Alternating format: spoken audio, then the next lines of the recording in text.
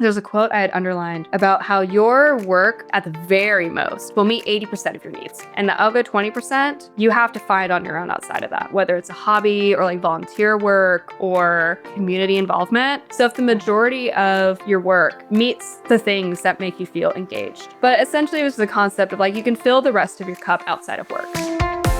Hi, everyone, and welcome to Path Found, the podcast about the real, messy, unexpected journeys that lead us to the work we love. I'm Monica Argandonia, and every week I talk with someone whose story proves there's no single right way to build a meaningful life.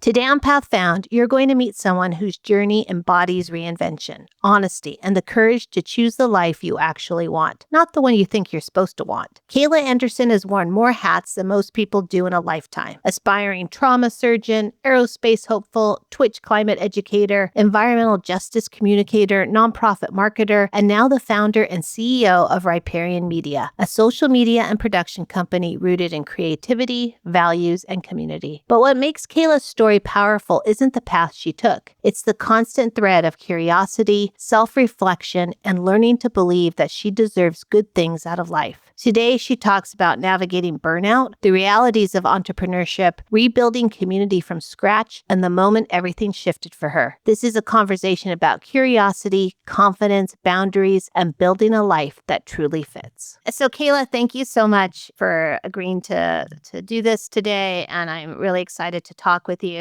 A former student, you have been super successful, and it's really amazing to see all the different things that you've done and just put yourself out there. So I'd like you to share that story today. But first, we're going to go back, because I always go back. When you were in high school, when you were thinking about what you were going to do, did you have an idea? Like, what was in your head? What kind of student or kid were you? That's a great question. So when I was in high school, I initially, specifically in my junior year of high school, my first initial idea was that I wanted to be a trauma surgeon and work in the ER. Yeah. So I was in honors anatomy and I had to dissect a cat. That was an experience. The whole classroom smelled like formaldehyde the whole semester. So I'm pretty sure there was like some brain cells getting cooked from being in the classroom like that the whole time. We got to go to a cadaver lab, all those really cool things, and learned a lot about the body. But the more research I was doing into that, I learned, because I specifically wanted to be a trauma surgeon in the ER to help suicide attempt victims. Because growing up in Southern California, and there's a lot that goes on, like the pressure of growing up in like a wealthy area and how that impacts a lot of kids. And so I already had like a friend or two that had already killed themselves at that point. So there was just that kind of feeling of like, how am I able to make a difference in that way? But when I was doing more research into it, becoming a trauma surgeon is a very, very long time period in school. It costs a lot of money. And you also don't get to decide really who's on your table. So there was this whole back and forth of, if I do this, the type of life I'm going to live is very traumatic and very expensive. And yeah, I'm still going to be doing good things, but it's probably going to be people that had to be like jaws of life or, shot. Right. And things like that. And when I was like really kind of chewing on that, I realized that with how much of an empathetic person I am, it would probably crush me. So they had like a noble thought. And then I'm like, realized it's probably not going to be the best way to go. So once I was in my senior year of high school and I was noodling back and forth about things, I was really chewing on what was I really into as a kid. And that was astronomy and space. And I remember in third grade, we had a whole space party where they brought in giant telescopes all throughout the elementary school. And my dad took me to this event and you got to like look at the telescopes and see all the stars. And it was really fascinating. And so when I was kind of going through the thinky thoughts of what actually intrigued me as a little kid, I was like, space. What can I do with space? So I started all the research on what you can do with space, and I settled on aerospace engineering and was like, all right, if I do aerospace engineering, maybe I can become a botanist on the space station. And this was totally inspired by The Martian, but I did not want to be stranded on Mars growing potatoes. But the idea of getting to grow plants in space was just lit me up. I was like, this would be so much fun. I would love to do this. And so I started studying that when I went to community college. You have to do your generals and everything. But I went and got my scuba certification because in order to do astronaut training, you need to be scuba certified because the way they train you is you're in your full-on suit and you're just in a pool of water because that's the closest thing we can get to simulating movement when you're in space. So I'm scuba certified. I was going up to the Griffith Observatory every month for all the space talks to network and get connected with people. I started talking to people that worked at SpaceX at the time and was like, what's it like working there? And what do you do? What's your path in? How did you know to do that? Like, you were a senior in high school. Seniors in high school usually don't think about, hey, what connections can I make? And like, how did you know to do that? That's a great question. Actually, I don't know. I had to figure out a lot of things on my own. Like, if we were to kind of get into my personal history, I have like a telenovela of my life, essentially. My parents divorced the summer before I started high school. There's a lot of things that went on with that. Eventually, I ended up living with my dad and my grandmother, and my mom moved back out of state with my younger sister. And there was just a lot of this feeling of I need to look out for myself. And if I'm going to go anywhere, I have to make that happen. And thankfully, growing up in Orange County, California, like I definitely was very privileged to even just be in San Clemente and being around like a mentality of you are able to do whatever you set your mind to. And that's the one thing that I do have to give a lot of credit to my parents for is that both my mom and my dad were like, if you study and build like your skills, you're going to be fine and you can do whatever it is that you set your mind to. And my mom was very entrepreneurial. She did a lot of stuff. Like she had her own soap company and like web design and was a CMO at one point. She managed was a regional manager for like 30 plus hair salons. So the family that I am from is like driven entrepreneurial spirit. So I think just from growing up around that, it just kind of like learning through osmosis in a little bit of ways. But also I'm a very avid reader. And so in high school, whereas I really loved reading fantasy, I also I was the total library kid. It was one of those, like, I'm just like the loner. I'm in marching band. I'm going to go to the library and read books because people are lame and kind of like antisocial in that way. Since I decided I'm not really sure if I want to do the trauma surgeon path, I was like, I'm just going to ask people like why they do what they do. Because I don't know, like, why did they do what they do? Yeah. And try to figure it out. And then by the time, so getting into community college. So community college is when I really started the networking part of it. High school was just I don't know, like people are asking me what I want to do. I'll figure it out, I guess. And then once I went to community college, I went to Saddleback College. Then it was really getting into, well, I think I want to do aerospace, so we're going to go that route. And then trying to put the puzzle pieces together of if I want to do this, what needs to happen. And from a lot of internet research, the biggest thing, apparently a lot of members of, I think it was the Air Force, go in. And I was like, I don't want to enlist. I am not doing that. So the next best thing was aerospace engineering degree. And then it is who you know. So from doing a lot of research on the internet, I went from there and was like, all right, it's who you know for a lot of things. So I guess I'm going to start trying to know people. I mean, it was a treat driving up to Griffith every month anyway. And then when you're in the same room with people that also have the same special interest as you, everyone's just excited and talking about it. So it wasn't like a really difficult bridge to like cross. Mm-hmm. It was just, oh, we're here talking about space stuff. I'm like, whoa, like you like space stuff and I like space stuff.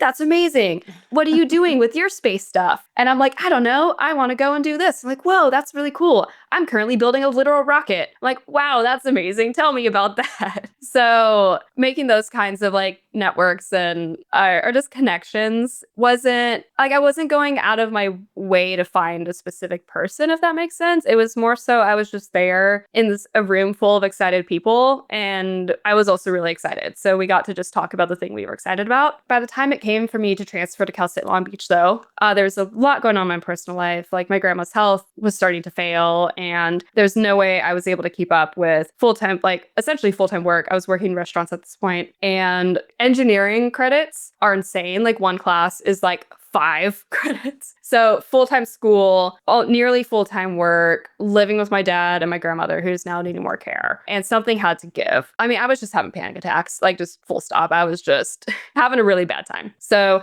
something had to give, decided aero was not going to be the way to go. But I had a crap ton of STEM credits at this point, and also a lot of the humanities, because I found humanities also really interesting. And so when I transferred to Long Beach, I initially transferred with my East Asian Studies. And so that was my major. And because I had so many humanities credits, and then when I transferred, they're like, you can also pick a minor. And I'm like, great, what am I qualified for? And they said environmental science and policy. So I'm like, that's perfect. I've already done chemistry. I've already done this. I have math, and we have all my humanities. I wanted to learn Japanese at the time because the guy I was dating, and I wanted to be able to speak to his family because his mom could speak English, but it was a bit easier to have the Japanese language skills in order to convey like abstract topics that you can't really convey in English versus Japanese. So I was doing both, doing East Asian studies and then environmental science. And from there, that came together in my senior thesis, which was how Japan's traditional religions impact their modern day environmental policy, which won the Best Paper in Asian Studies award, which is really cool. But I think it's really interesting that nobody necessarily would pair East Asian studies with environmental science and policy. I always tell students, just pick up a minor, pick up something else you like, take classes in things that you might be interested in, because you never know when they do connect. So I think it's great. And your topic was great and really reflects that. So you went from trauma surgeon to a botanist on some planet to East Asian studies and environmental science and policy. So the why and the curiosity is really reflected there. You graduate, and in your head, what did you think? I'm going to graduate, and then what I'm going to do? Well, I graduated at the start of the pandemic. I mean, like, as you might remember, I'd asked for a letter of recommendation for you for the Natural Resources Defense Council for their summer internship. And initially, I was thinking I was going to be really leading into the environmental science and policy path of it. But unfortunately, with graduating May of 2020, I got the email that they were saying the internship was canceled due to the pandemic, due to lockdowns. And once I got that, I was just sitting there like, what am I even going to do? Like, there's no opportunity at this point in this field. I could maybe go tag desert tortoises in Joshua Tree, but there wasn't even some of the outdoor jobs. It seemed they weren't hiring. This seemed to have been like a hiring freeze. But while all this is going on, I actually was a Twitch live streamer. I started in 2018. I was playing League of Legends and grew an audience. And when I took the environmental justice course my junior year of college, that blew my mind. And I was like, because there was a lot of concepts I already knew about just by growing up next to the beach, but really getting into the nitty-gritty things of like where you're born, like how your zip code can impact your health, just had me really feeling like this is so unjust and this is really pissing me off, and why, like, it doesn't have to be this way. And so I realized, since I had a sizable audience on the internet, I was thinking, why not? This is more important than League of Legends. I'm just going to start talking about everything I'm learning in my college classes and play video games, and maybe my audience will like it. Thankfully, they did. And so while I was live streaming and having conversations about this is what I'm learning today, it quickly evolved into me becoming,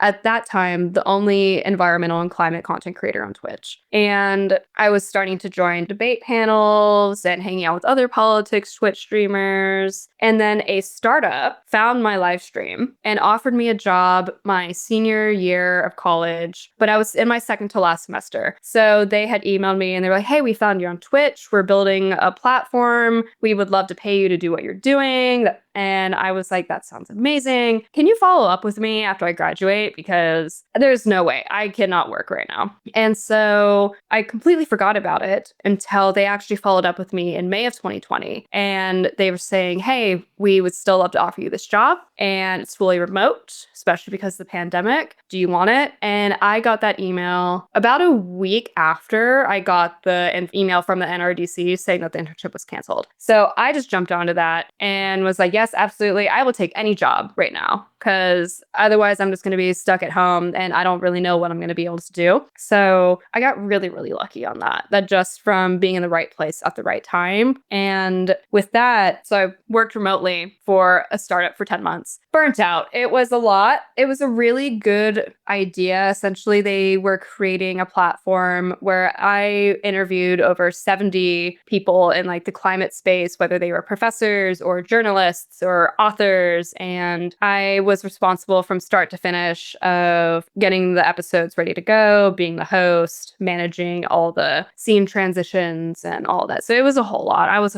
a single person production studio for my channel, essentially, which being a Twitch streamer, that's just what you learn to do. But doing that in the capacity that I was doing it, it just was really frying me out. So moved up to Vancouver, and then I got applied for a job at the Columbia River Economic Development Council to be their in-house events and marketing manager. And so my first 3 months here, I was still working for the startup and was like, I can't keep doing this. I'm exhausted. I'm really not getting compensated for the amount of work that I'm putting in. And there was a lot of that, oh, well, we'll get you a raise once we get our Series A funding. And I was just there like, you haven't even gotten your first seed round? Like, you can't make these promises. You don't even know if you're going to have access to this money. Because it was just self-funded. And then they were getting some sponsorships. When I was thinking about where I wanted or just how I wanted to feel about work, I realized I did not want to feel this tired and this anxious and this stressed and feeling like I was just on all the time, even when I wasn't working. So applied for this in-house job thinking that maybe 9 to 5 is the way I should be going. Got the job. So I was able to quit the startup role. And then it was really nice getting paid a like semi-living wage because it was the Columbia River Economic Development Council is a nonprofit. So I was making good money for that position. And what are you doing for them? So I was doing their event planning and social media. So I had to really finagle my resume to be like, how do I like actually apply to this? Because I have the skill set of video production and social media from all my influencer work and my time at the startup. And then event planning, I'm like, well, I kind of, every live episode that I did was essentially event planning because I was talking with the guest and getting time sorted out and all these things. So, I mean, it's not the same, but let's not planned a wedding before. So I know how to do that. So I was like, thankfully, the woman that hired me thought I was really cool, liked my personality. So I was in-house doing event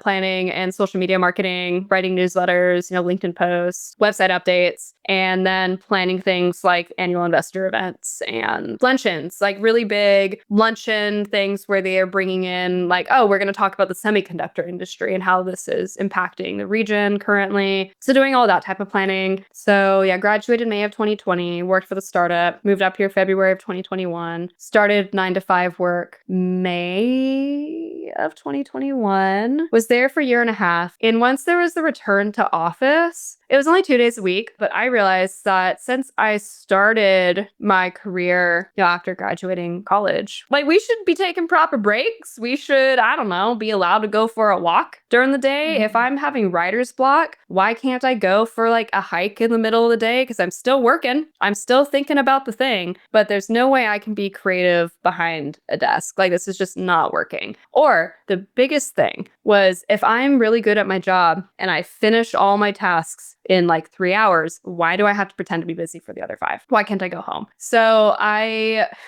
had a lot of questions or things like, what's the point of the board? So my work bestie, he was also a workplace menace. And so we actually started, when I came back from Sweden, I was like, hey, bestie, listen, they do fika. We should do that. Let's do it. And so initially we started putting it on our work calendar. So like, hey, we're doing fika every Thursday. Explain fika. Fika is just like coffee break where you're not supposed to be working. So it's a Swedish concept. And it's like, yeah, you go hang out with your coworkers and you go down to like the cafe and you get your coffee and you hang out, you vibe for a little bit. So it's literally just, it's a pastry break, but it's like a cultural pastry break. So we started putting on the calendar and then we got questions and they were like, what is this? Like, why are you guys like leaving every Thursday? It's like, because we're taking a break, which we're legally allowed to do. And so we got a lot of looks. And initially it was just him and I, but then eventually we got like almost half the floor to do fika every Thursday. So it was great. And eventually our bosses joined us too. So like it was like, okay, cool. Like we're all doing fika. But then he quit after a bit because he had worked in his role for about 4 years and he was really tired. And when your work bestie leaves, it changes the whole dynamic of things. So I decided to leave as well. I still wanted to do climate comms, but I didn't want to be on all the time, which is what's required of you when you're live streaming. So I completely burnt out from live streaming. Honestly, I still am. And it's been 4 years. And the idea of booting up a Twitch live stream again just makes me have like a visceral reaction of like, I can't do it. It was so exhausting. But TikTok videos, you're only on for the duration that you're filming and I can script it out. And so I did this whole series breaking down all of Project Drawdown's climate solutions and putting it into like 30 to 60-second chunks, putting it in layman's terms like, hey, like we could do this and it would cost this and that's a cool climate solution. Grew my TikTok audience from that. I got put on Harvard Sea Change's inaugural climate creators to watch list because of that work. So I got that Harvard street cred, which is really cool. So when you quit the nonprofit, though, did you have a job lined up? I started my own company. So you did the nonprofit, you quit, you went into the TikTok videos, or was this overlapping? Oh, so TikTok was overlapping a little bit with the startup. Yeah, so TikTok overlapped with both the startup and the nonprofit. Okay, so you were building that. Yeah, I was building that up. So I stopped making TikTok videos. I'm just doing the nonprofit events and marketing, managing work. And one of the board members actually was like, hey, I really like what you're doing. Are you open to doing some freelance stuff on the side? And this started in early 2022. And I was here like, I'm not going to say no to more money. So what do you want me to do? So I got my first freelancing client helping produce explanation YouTube videos for a cybersecurity company and making those videos engaging. So it was quite fun. The team was great to work with. And then I got 2 more clients down the line. And once I got that third client in October of 2022, I realized that the freelance work was just about replacing my salary, the nonprofit. And after a lot of thinking, I was like, you know what? I'm just going to start my own company. I think I could do this. I've been creating content since 2018. I obviously know what I'm doing, or at least I hope I know what I'm doing, because there's a lot of self-doubt in all this. And I think this is the bane of any creative's existence, where you always think that what you're making is just atrocious and bad and you don't know what you're doing. But then other people are like, no, like it's good. What do you mean? We really like it. We wouldn't be working with you if we thought otherwise. So I put in my 2 weeks notice. I was very polite. It's like, I like you guys. Here's my 2 weeks notice. I'm going to be doing this. And so I started my own company on November 1st of 2022, called it Riparian Media. And I've now entered my 4th year of business. And what we do is social media strategy, management, content creation. And it's also expanded from that now because it started with that. But now I'm also working on a 12-part documentary series for our local farmers market. And I've always kind of had this idea in the back of my mind that it'd be really cool to do something like Earthrise Studios. They're based in the UK and they do climate documentaries. And so this is where I was thinking of, oh, maybe I can grow Riparian to the point where the social media arm is paying for the climate documentary arm. And then that's how I get back into climate comms. And this was in my like 5-10 year plan. No, 3rd year of business, I'm already doing documentaries. And this is for our farmers market, talking about what it is to be like a local farmer and educating people on what that is like. So that way they also want to come and buy from the farmers market. So my 5-year plan just went out the window or was sped up. And I'm doing that in my 3rd year of business. And now I have a team of 7, including myself. And we do social media from anywhere from iPhone footage all the way up to cinematic video production. We have drone operators and professional photographers, like including myself. And it's just, because I'm insane and I just do everything. And I think that's just my content creator background. You have to learn to do everything on your own when you're doing influencer work. So you're 25, 26 years old starting this company. Did you even know how to start a company, a business? Did you? Not at all. I started reading books. So this all goes back to me being an avid bookworm. So my kind of like pseudo mentor, who offered me the first freelancing gig job, we were meeting up every month because he's a client, but also he had run his own marketing agencies before. And so I was like, hey, can I talk to you about this? Like, what are you doing? And so I was able to ask questions. And he also really helped me out. Like, he got me the Vancouver Farmers Market as a client because he knew the CEO of the market. And so he was able to facilitate a meeting. Like, Alan is just such a phenomenal person. And it's really thanks to him that I even felt the confidence to start my own company, because he, approached me with that initial offer for the cybersecurity organization. And then he's like, oh, well, farmers market, this. And being able to talk to someone who already, like, he built 2 agencies, well, one from the ground up, and then moved into another one and built that up. Oh no, 3. And yeah, gone in and helped like course correct them and move them up. Did the same for another one. And now he's working at Later, which is, it started off as an Instagram scheduling tool. And now they've just exploded and they do much more than that, like influencer relations and everything. So he's way up there in that.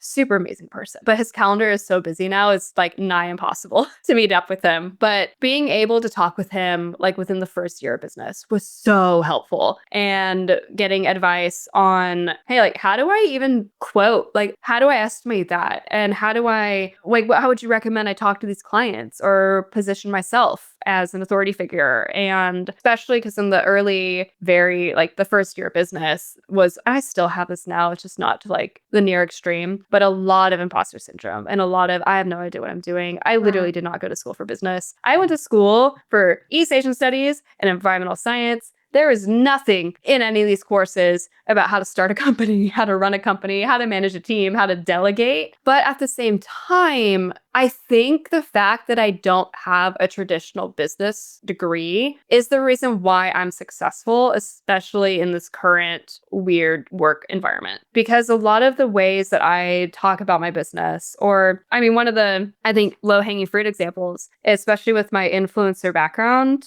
was you have to create like a recognizable image. And like everyone in marketing knows, like you have to have something for people to lock onto. But instead of being like, oh, like we're locking on to like Riparian Media itself, I'm like, no, we're locking on to the fact that our mascot is an eel. We're making eels cute. And so all of like, I just started company merch this year officially. And so like our notebooks, it's like, it's a river. But if you look closely, the river is an eel and it's the riparian zone. And like creating things that like for me as a general consumer would actually want to use. Like honestly, like in this first print, I think the logo is a bit big on this and I might move it to the side instead next time. Cause I'm like, I don't even want this to feel like it's company branded merchandise. I just want this to evoke a feeling of like, that's so beautiful and eels are really fucking cute. And I want to do this now. So it's been really intriguing over the past 3 years of being like, yeah, like things are eely cute or that's eely good or a lot of eel puns whenever I talk about the company online, or we have a shirt that is an eel, but it says engage responsibly. And it can be read two ways. It's engage responsibly with the environment, but also engage responsibly online when you're scrolling. Mm-hmm. Or we have the recycle icon, but it says reduce, reuse, repost. So like these little environmental puns in there. So taking a very different path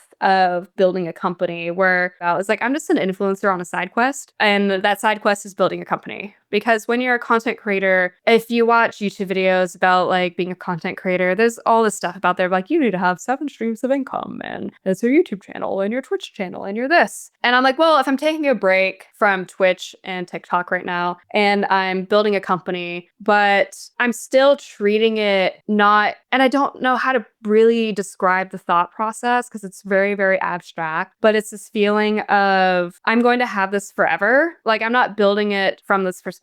I'm going to grow it and then exit. Like it's not from a startup mentality. It's I want this to be a lifestyle business. I want whoever works for me to have this be their lifestyle business. I want everyone to have a living wage. I'm basically trying to build a Swedish company in America, which is very hard, by the way. And also conveying that to clients where it's like, hey, I'm building the company up to the point where we're going to have a 4-day work week. So I have to figure out how to navigate that, especially since we have weekend clients. So thinking about what's it called, kind of like overlapping schedules where like weekend people overlap like one day with the during the week people or something. But I can only think about all these things because I read so many books. I have literally spent over $1,000 this year alone on business books at our local independent bookstore, or even listening to podcasts like Financial Feminist with Tori Dunlap. That's how I learned about Amanda Littman, who's the founder of Run for Something. And she also recently published a book this year called When We're in Charge. And before I started bringing, because this year is when the company has just exploded in terms of contractors and the type of work. And I'm like, I need to learn how to delegate. Where do I even learn how to delegate? There's no information about this. And then one day I'm listening to Tori's podcast. She's interviewing Amanda Littman, and Amanda Littman said something about delegation, and now she has a book. I immediately placed that order, went to my local bookstore, and I just devoured it in like 2 days. And literally every other page is like tabbed and highlighted. And so taking all those things and applying it into my day-to-day to try to be a good leader and give people. So 2 things. One, I think it's fantastic that you couldn't really find the right fit work-wise. You knew what you didn't like. You knew aspects of things that you didn't like. Clearly, you would prefer to be the boss and not work for a boss. And you went and did it. You're like, nope, this isn't it. This isn't it. This isn't it. It's not out there what I want, so I'm going to create it. I think kudos to you for that. And that took a lot, right? You put yourself out there. The other thing, though, I think is interesting is that, and I've had a couple interviews now where people have mentioned this. So we hear a lot about follow your passion. I've said that,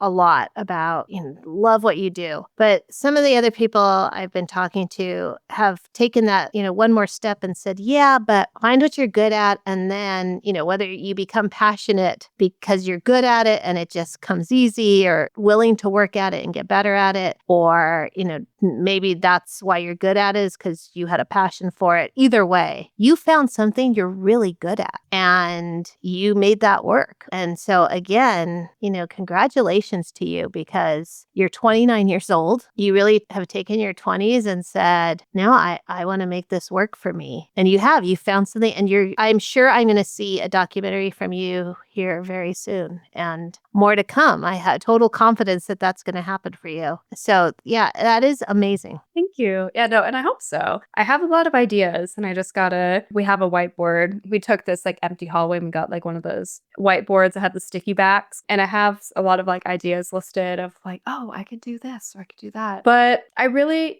kind of on the point of finding what you're good at, I think really is what the relevant work advice for the work environments now. Because following your passion can be fickle. Even looking at my own thing of like, oh, maybe I want to do trauma surgeon, or maybe I'll do space, or maybe I want to do this. Like if I were to follow my current passion, I would be van lifing and essentially being a hermit, because I spend so much time online due to the nature of my job. I'd be like, man, I'm consuming so many tiny house videos.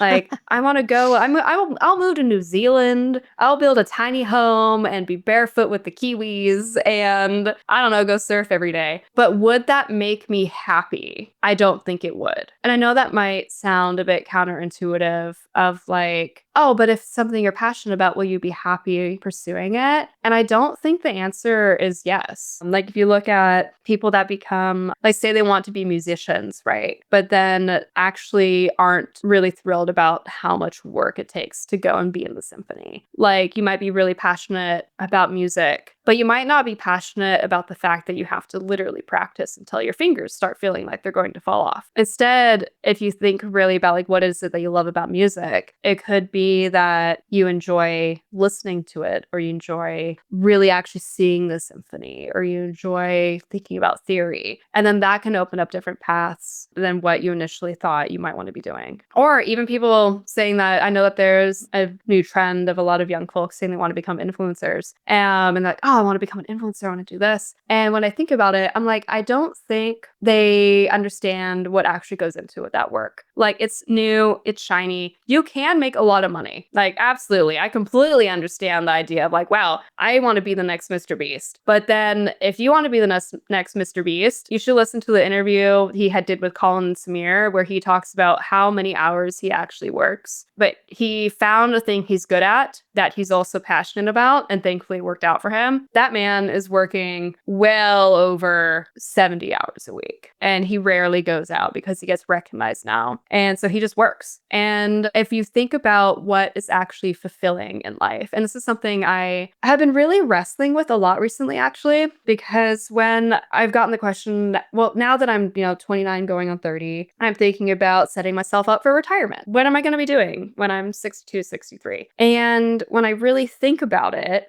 I'm like, honestly, if money wasn't a problem, I would still be doing what I'm doing because it fills most of my needs. Like, it's a creative outlet. I get to help raise the voices of small businesses and nonprofits and community organizations. I am constantly learning. I get to devour so many books, so that tickles my brain. And the people that I get to engage with are very interesting and dynamic people. And the friends that I've made, because like my friend network is also a bunch of just entrepreneurial badass women. And on that note, actually, the people you surround yourself with really makes a huge difference. And it took me a while to realize that, honestly, when I think about friendships in the past or even people I chose to date, and how it makes a really huge difference to, one, be dating someone who is just like, you go girl, crush it. Like, I got you. Let me know what you need. Being able to have like really deep critical conversations about like, hey, what if I do this direction of my business and it fails? Like, well, how are we going to navigate this together? And even if you were having like a really rough day, because like there's a lot of rough days in business and a lot of self-doubt still. Like, it's not a perfect role, but the majority of the days are good. And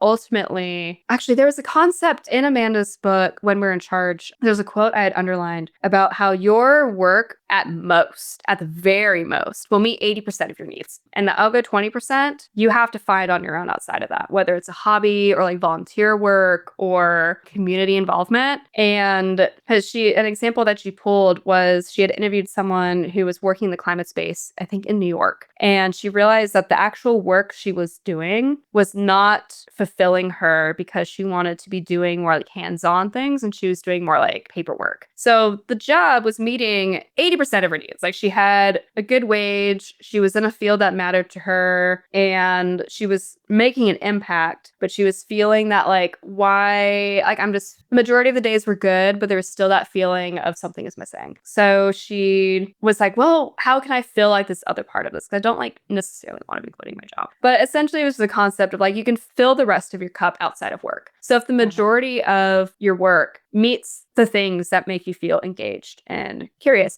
or maybe your need in work might not actually be curiosity, because everyone's needs are different. All right. So to wrap it up here, I think you have already given, some amazing life lessons and advice. But if there's one thing that you could go back and tell yourself while you were in college, knowing what you know now, what would it be? I think it would be the idea that I do deserve good things out of life. And that's probably a very unconventional answer. But now I'm not going to get into like my upbringing and like past poor decision making and all that stuff. But I genuinely held the belief for a really long time. It was a really low time too, where I was like very depressed and not in a good relationship. And everything was just kind of going through the motions. And I had this feeling of like, well, this is just what life is about. And, like, it is what it is. But when I had a moment and it felt like something just clicked in my brain, and I couldn't tell you when that happened, but there was just this feeling of like, I was looking at my life. I think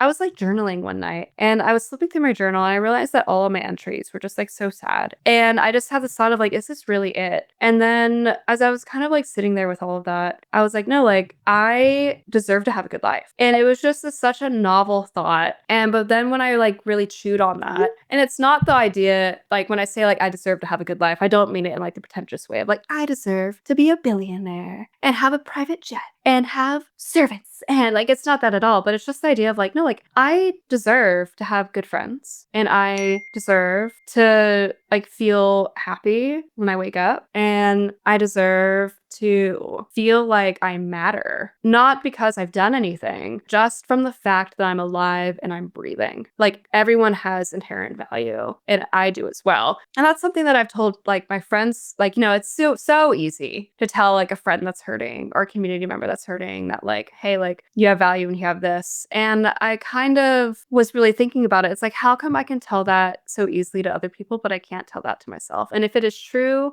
for other people, then it has to be true for me. And it's that thought that spurred me moving up here. And it spurred me quitting that startup. And it spurred me starting my own company and choosing the friends that I'm choosing and like being really intentional about like who I'm dating and being like even with like the type of clients that I work with. So I hope that answers the question. Probably a little bit unconventional of an answer, but like that's the thing that really, when I think about what changed the trajectory of my life, it was that moment of actually being like, no, like there is goodness. And if I'm telling my friends that they deserve good things just by existing, then that truth also has to apply to me. So Yeah, I don't think it's unconventional. I think it's great that you recognize that. I think it's great advice. Kayla, thank you so much. You just, at 29, you've accomplished quite a bit and you're going to continue to do great things. But I'm super happy for you. This was a great conversation. So thank you. Thanks for having me on, Monica. And congratulations on launching your podcast and doing everything with Keystone Network. I'm really excited to see where it goes.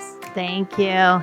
Thank you so much for listening to Path Found. If anything we talked about today connected with you or gave you a new perspective, we'd love it if you subscribed, left a review, or shared the episode with someone you care about. You can also find us on Instagram at Path Found Podcast. To explore more stories, resources, and ways to get involved, visit KeystoneNetwork.org. This podcast is just one part of the journey. At Keystone Network, we're helping young people and anyone figuring it out as they go build meaningful futures one step at a time. A huge thank you to my podcast editor, David Strutt. You can find him on LinkedIn for helping bring these stories to life, and to Elizabeth Miner at Silvermine Creative for the beautiful artwork and web design. And if you're on your own path, navigating the unknown, making a pivot, or simply figuring it out as you go, just know you're not alone. The route may not be linear, but there's always a way forward. I'm Monica Argandonia, and I'll see you next time on Path Found.